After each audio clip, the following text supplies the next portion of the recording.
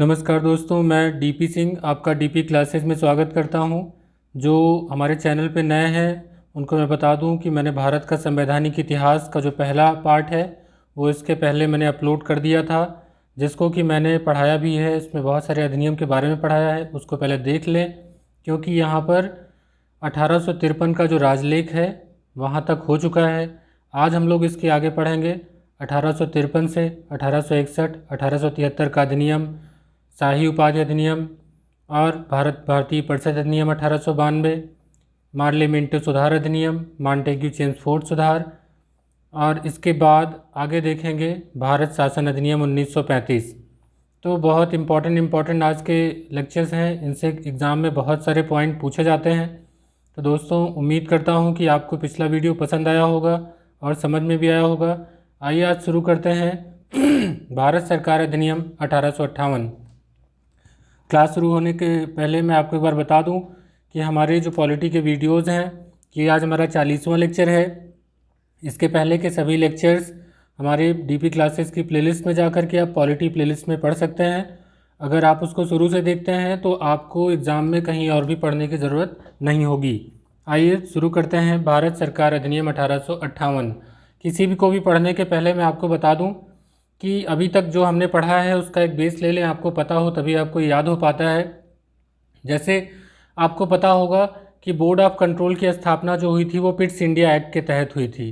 तो Pitt's India act जब आपने पढ़ा था तो इसमें देखिए आपको मिलेगा कि बोर्ड ऑफ कंट्रोल की स्थापना की गई थी। इसका काम था शासन स्थापित करना, लेकिन अब मैंने आपको बताया कि वहाँ पर व्यापारिक और राजनीतिक क्रियाकलाप अलग अलग थे, तो एक तरीके की दोहरी शासन व्यवस्था थी। तो इस दोहरी शासन व्यवस्था जो है ये चलती रही 1853 तक। और आपको बता दें कि इस दोहरी शासन व्यवस्था से कंपनी की जो थी वो उत्तरदायित्वहीन, असुविधाजनक, इतनी जटिल हो गई कि उसके कारण 1857 की क्रांति हो गई। तो 1857 की क्रांति हुई, उसके बाद ही आता है भारत सरकार अधिनियम। तो आप जानते हैं कि अगर ब्रिटिश सरकार एक क्रांति का सामना कर चुकी होगी तो उसके बाद वो कितने बड़े बदलावों को आगे करेगी। तो सबसे पहले वो किसको करेगी? शासन व्यवस्था में ही बदलाव करेगी। तो पहला यही होता है कि कंपनी के शासन व्यवस्था को समाप्त कर दिया जाता है। ये एक इम्पॉर्टेंट पॉइंट है कि कंपनी का शासन भारत सरकार अधिनियम 1858 द्वारा समाप्त कर दिया जाता है। अब वो शासन कहाँ चला गया? तो सम्राट के हाथों में चला गया, सम्राट के अधीन हो गया। इसके बाद क्या होता है कि अब सबसे जो शासन कर रहे थे, मैंने आपको बताया बोर्ड ऑफ डायरेक्टर और बोर्ड ऑफ कंट्रोल जो पिट्स इंडिया एक्ट के तहत आए थे, तो उनको भी समाप्त कर दिया गया। यानी कि अब कंपनी समाप्त, जो प्रशासन करने के लिए बोर्ड ऑफ डायरेक्टर और बोर्ड ऑफ कंट्रोल थे वो समाप्त। अब रूल कौन करेगा? सम्राट के अधीन हो गया, यानी कि ब्रिटिश सम्राट सीधे अब वो ब्रिटेन के तहत में। तो अब जितना भी भारत का शासन है वो ब्रिटेन के तहत होगा। तो लेकिन ब्रिटेन का प्रशासन देखेगा कौन? तो भारत में शासन संचालन के लिए ब्रिटिश मंत्रिमंडल में एक सदस्य के रूप में राज्य सचिव की नियुक्ति की गई। तो अब कौन शासन देखेगा? राज्य सचिव। लेकिन क्या राज्य सचिव अपना सीधा काम कर पाएगी? राज्य सचिव के सहायता के लिए 15 सदस्यीय भारत परिषद का गठन किया गया। तो ये पूछा जाता है कि 1858 अधिनियम जो है उसके तहत किस परिषद का गठन किया गया, कितने सदस्यों वाली? तो 15 सदस्यीय भारत परिषद का गठन। तो बिल्कुल इसमें परेशान होने की ज़रूरत नहीं है। आप याद रखिए 1857 की क्रांति के बाद आता है तो शासन व्यवस्था में बदलाव लाया जाएगा, ब्रिटिश संसद का सीधा नियंत्रण हो जाएगा। मैं यहाँ पे इसका कलर चेंज कर लेता हूँ तो आपको और इजली दिखाई देगा। ब्रिटिश शासन का सीधा नियंत्रण आ जाता है और जो गवर्नर जनरल हुआ करते थे उनका नाम बदल करके वायसराय कर दिया गया। तो आप सभी जानते हैं कि वायसराय जो चेंज किया गया सबसे पहले किसके तहत? भारत सरकार अधिनियम 1858। तो ये बहुत ही इम्पॉर्टेंट है। जिस तरीके से इसमें छूट दी गई, जिस तरीके से इनमें प्रावधान किए गए, तो ब्रिटिश साम्राज्ञी विक्टोरिया ने भारत के संबंध में एक महत्वपूर्ण नीतिगत घोषणा किया था। इसीलिए भारत में कुछ शिक्षित वर्ग ऐसा था जिसने उसे अपने अधिकारों का मैग्ना कार्टा नाम दिया था। तो ये कहा जाता है कि किसी अधिकारों का मैग्ना कार्टा कहा गया, तो वो भारत सरकार अधिनियम 1858। तो इसमें बहुत परेशान होने की ज़रूरत नहीं है, आप इसको याद कर लें कौन कौन सी प्रमुख बातें हैं। कंपनी का शासन समाप्त हुआ, सम्राट, अब वो इतना आपको आइडिया हो गया कि वो ब्रिटिश के अंडर में ही रहेगा, तो बोर्ड ऑफ कंट्रोल को समाप्त कर दिया जाएगा। दो इसमें आते हैं, वो कौन? राज्य सचिव और भारत परिषद 15 सदस्यीय। तो उम्मीद करता हूँ आपको ये समझ में आ गया होगा, आपको अच्छे से याद हो गया होगा। आइए आगे चलते हैं, देखते हैं 1858 के अधिनियम के बाद क्या होता है। 1858 के अधिनियम के बाद आता है भारतीय परिषद अधिनियम 1861। 1861 के अधिनियम के तहत भारत में संवैधानिक विकास का सूत्रपात किया गया। इसमें क्या क्या व्यवस्थाएं की गईं? तो सबसे पहला ये किया गया कि नए जो प्रांत थे, वायसराय को नए प्रांत के निर्माण और लेफ्टिनेंट जनरल की नियुक्ति का अधिकार दे दिया गया। तो यहाँ पर संवैधानिक विकास का सूत्रपात किस में हुआ? तो भारतीय परिषद अधिनियम 1861। दोस्तों ये मैंने आपको इसलिए ये वीडियो इस तरीके से बनाया है, मैं इसको बोर्ड पे नहीं ले रहा, क्योंकि आपको इसमें सीधे नोट्स की ज़रूरत होती है और बहुत पॉइंट वाइज स्टडी करने की ज़रूरत होती है। इसीलिए मुझे यहाँ पे अपनी क्लासेस को शो ऑफ नहीं करना है। एक्चुअली मुझे आपको सारे पॉइंट्स देने हैं बहुत कम टाइम में, तो उम्मीद करता हूँ कि आपको ये समझ में आ रहा होगा। फिर भी आपको लगता है कि मैं बोर्ड पे इसको समझाऊँ तो आप कमेंट बॉक्स में लिखिएगा, मैं इसको बोर्ड पे फिर से पढ़ाऊँगा। आइए देखते हैं आगे क्या किया गया भारतीय परिषद अधिनियम में। तो भारतीय परिषद अधिनियम 1861 के तहत इसमें जो संवैधानिक विकास था, इसका मतलब क्या होगा कि आज जैसे काम कर रही है वो प्रणाली धीरे धीरे अब यहीं से शुरू होती है। तो आज देखिए हमारे यहाँ मंत्रिमंडल है, विभाग है, गवर्नर जनरल एक तरीके का अध्यादेश हमारा राष्ट्रपति जारी करता है, शासन का विकेंद्रीकरण है, एक केंद्रीय स्तर पे एक कैबिनेट होती है। तो देखिए ये सारी बातें आपको देखने को मिल जाएंगी भारतीय परिषद अधिनियम 1861 में। आप देखेंगे कि केंद्रीय कार्यकारिणी 5 सदस्यीय बनाई गई, 5वें सदस्य को विधिवेत्ता बनाया गया कि वो जब उसको विधि का ज्ञान होगा तभी वो कर पाएगा इस तरीके से। फिर लॉर्ड कैनिंग के समय में विभागीय प्रणाली शुरू की गई, मंत्रिमंडलीय व्यवस्था, एक व्यक्ति को एक विभाग का प्रमुख बना दिया गया तो उसका वो जिम्मेदार होता था और इसके तहत वो कार्य करने लगा। तो इसमें जो ये जिस तरीके से मंत्रिमंडलीय व्यवस्था थी, तो इनमें जो विधि बनाई जाती थी भारत परिषद के जरिए, एक बात मैंने इसमें एंट्री नहीं किया है कि भारत परिषद को विधायी संस्था बनाया गया था उस समय। तो भारत परिषद भारत के राज्य क्षेत्रों के अधीन जितने भी थे, चाहे वो भारतीय प्रजा हो, भारत सरकार के कर्मचारी हों, भारतीय रियासतें हों या सम्राट के राज्य क्षेत्रों के अधीन, सभी रहने वाले व्यक्तियों के लिए कानून बनाने का अधिकार भारत परिषद को था। तो जो वो कानून उस समय अगर जिस समय न बनाए तो गवर्नर जनरल क्या कर सकता था? अध्यादेश जारी कर सकता था। तो देखिए गवर्नर जनरल को अध्यादेश जारी करने का अधिकार किसके जरिए दिया गया? भारतीय परिषद अधिनियम 1861। तो दोस्तों आपको जो इसमें प्रमुख बातें याद रखनी है वो कौन सी हैं? इसमें सबसे बड़ी बात जो आती है, संवैधानिक विकास का सूत्रपात कब हुआ, 5वें सदस्य को कब एंट्री दी गई, जो विधिवेत्ता होना चाहिए, तो भारत परिषद अधिनियम 1861। विभागीय प्रणाली और मंत्रिमंडलीय व्यवस्था, ये क्वेश्चन बहुत ही बार पूछा जा चुका है, तो इसको आप ज़रूर याद कर लें क्योंकि इससे क्वेश्चंस बहुत बार पूछे गए हैं। इसके बाद आता है कि अध्यादेश जारी करने का अधिकार जो है वो कब दिया गया, तो भारतीय परिषद अधिनियम 1861 में। और शासन का विकेंद्रीकरण कब प्रारंभ होता है, तो भारत परिषद अधिनियम 1861। इसके साथ ही साथ एक प्रावधान और किया गया था कि मद्रास मुंबई को भी व्यवस्थापिका का अधिकार दे दिया गया था। तो ये उम्मीद करता हूँ आपको बहुत अच्छे से समझ में आ गया होगा। इसमें प्रमुख बातें भी आपने देख ली होंगी, इनको अच्छे से आप देख लें, 1-2 बार देखेंगे ज़रूर याद हो जाएगा। अभी तक हमने पढ़ा भारत सरकार अधिनियम 1858, इसमें पूरा प्रशासन बदला, इसमें संवैधानिक विकास का सूत्रपात होता है। तो आप समझ सकते हैं कि इसके आगे क्या होगा, लेकिन इसके आगे बीच में आपको एक अधिनियम पढ़ने को मिलेगा, वो 1873 का अधिनियम है।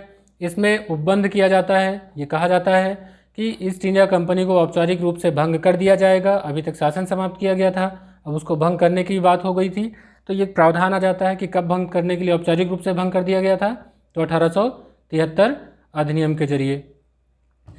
इसके बाद 73 के बाद 3 सालों बाद ही आता है एक शाही उपाधि अधिनियम। आप देखिए यहाँ पर विक्टोरिया को भारत की साम्राज्ञी घोषित कर दिया जाता है। तो ये क्वेश्चन सीधे सीधे पूछा जाता है कि किस अधिनियम द्वारा महारानी विक्टोरिया को भारत की साम्राज्ञी घोषित कर दिया गया है। इसकी डेट भी मैंने यहाँ मेंशन कर दी है, अगर आपको डेट याद रख सके तो आप याद रख लें, 28 अप्रैल 1876 को। और यहाँ पर एक पब्लिक वर्क डिपार्टमेंट की शुरुआत होती है, तो केंद्रीय कार्यकारिणी में 6ठे सदस्य की नियुक्ति की गई और उसे लोक निर्माण विभाग सौंपा गया। तो इससे 3 इम्पॉर्टेंट बातें आती हैं जिनको आप याद कर सकते हैं इसमें, ठीक है। आइए आगे चलते हैं, इसमें देखते हैं और क्या क्या प्रावधान है। फिर आता है भारतीय परिषद भारतीय परिषद अधिनियम 1892। अब इसको थोड़ा समझते हैं, समय क्या है 1892। आप दोस्तों बताइए कांग्रेस की स्थापना कब हुई, तो कांग्रेस की स्थापना हुई थी 1885 में। तो 1885 में अगर हुई है तो आप समझिए कि 1892 उसके बाद आता है। तो इस समय क्या परिस्थितियाँ रही होंगी? तो परिस्थितियाँ ये थी कि 1897 में राज्य क्रांति हुई, शिक्षा का प्रसार हुआ, भारत में राष्ट्रीयता की भावना सुदृढ़ हुई और 1885 में कांग्रेस की स्थापना हो गई। इसके साथ ही साथ इल्बर्ट बिल विवाद, अभी मैं हिस्ट्री में पढ़ाऊँगा कि इल्बर्ट बिल विवाद भी हुआ।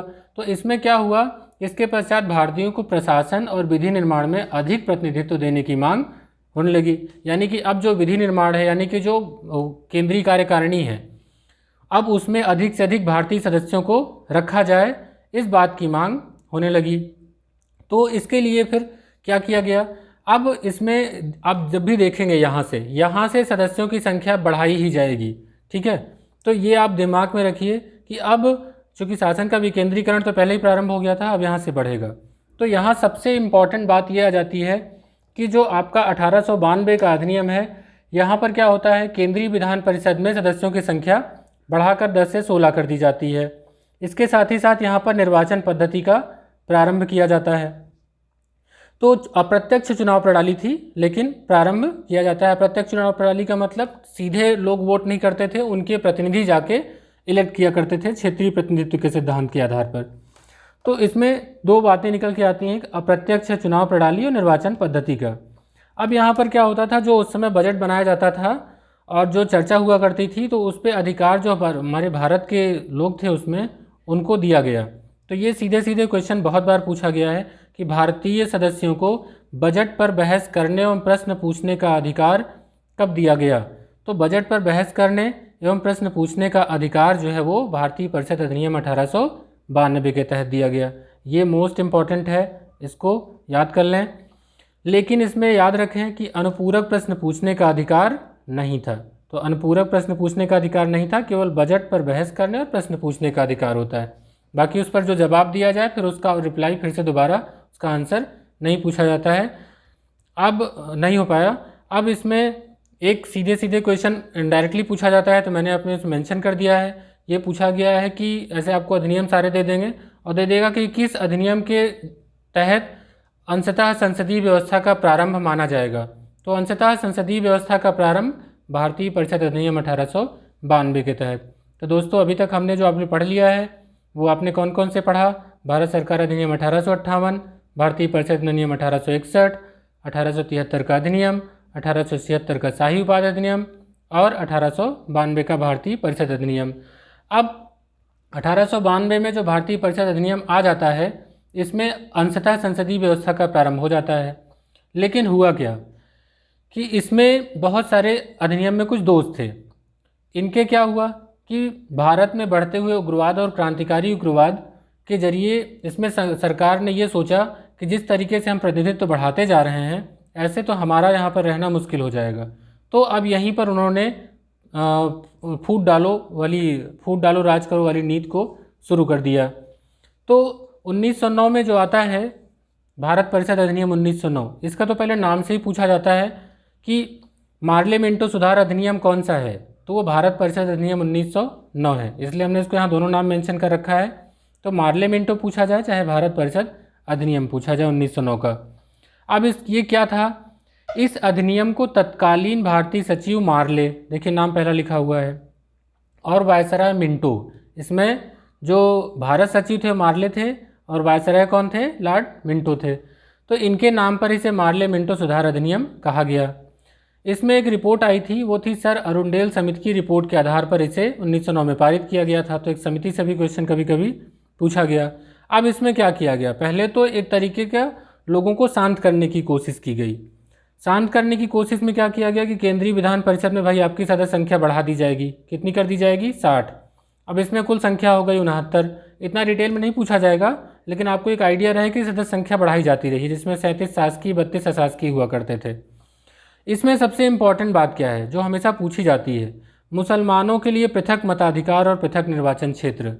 इन्होंने क्या किया, सांप्रदायिकता के आधार पर फूट डालो राज करो वाली नीति अपनाई, इसीलिए मुसलमानों के लिए पृथक मताधिकार इन्होंने इसमें कर दिया।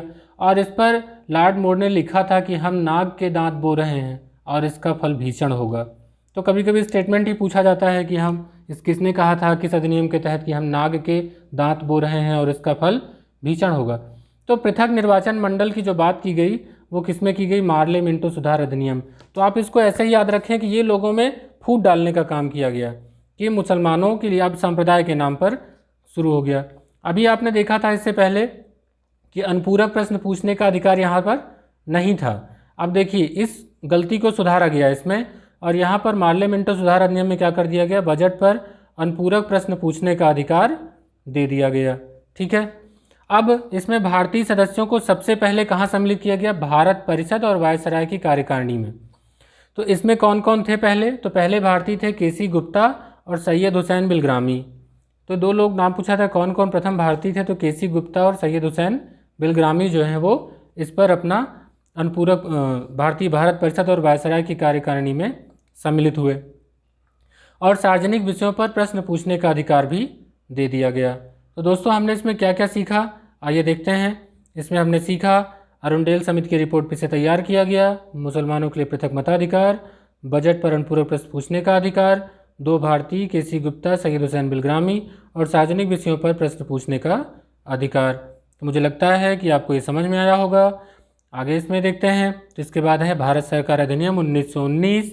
लेकिन दोस्तों हम वीडियो को बहुत लंबा नहीं करना चाहते, ये फैक्चुअल है, एक साथ इतना पढ़ेंगे वो सब भूल जाएगा। अभी हम इसको आगे कंटिन्यू करेंगे क्योंकि आगे के जो अधिनियम हैं वो काफ़ी बड़े हैं। हम लोग इसको बहुत अच्छे से डिस्कस करेंगे क्योंकि यहाँ से क्वेश्चंस बहुत ज़्यादा आते हैं। तो मैंने सोचा है कि मैं इसको आपको बहुत डिटेल में अच्छे से समझाऊँ अंतिम दो अधिनियम। तो मिलते हैं इसके बाद अगले वीडियो में, तब तक मिलते हैं। तब तक पढ़ाई करते रहिए, इसके नोट्स बनाते चलिए। और मैं आपको बता दूं कि इसका अगर आपको नोट्स चाहिए तो मेरे वीडियो के डिस्क्रिप्शन बॉक्स में जा करके एक ड्राइव का लिंक मिलेगा, उसको आप क्लिक करके उसे डाउनलोड कर सकते हैं। जो आप ये देख रहे हैं आपको ये पूरा वीडियो आपको मिल जाएगा। तो उम्मीद करता हूँ आपको हमारा वीडियो पसंद आ रहा है। अगर पसंद आया तो इसे लाइक करें, शेयर करें। और हाँ दोस्तों, जब आपको इसमें कोई गलती लगती है या कोई ऐसी आपको बात है, कोई डाउट है, तो आप उनको कमेंट बॉक्स में मेंशन करें, हम उनको यहाँ पर सुधार करेंगे। फिर मिलते हैं अगले वीडियो में, तब तक के लिए गुड बाय।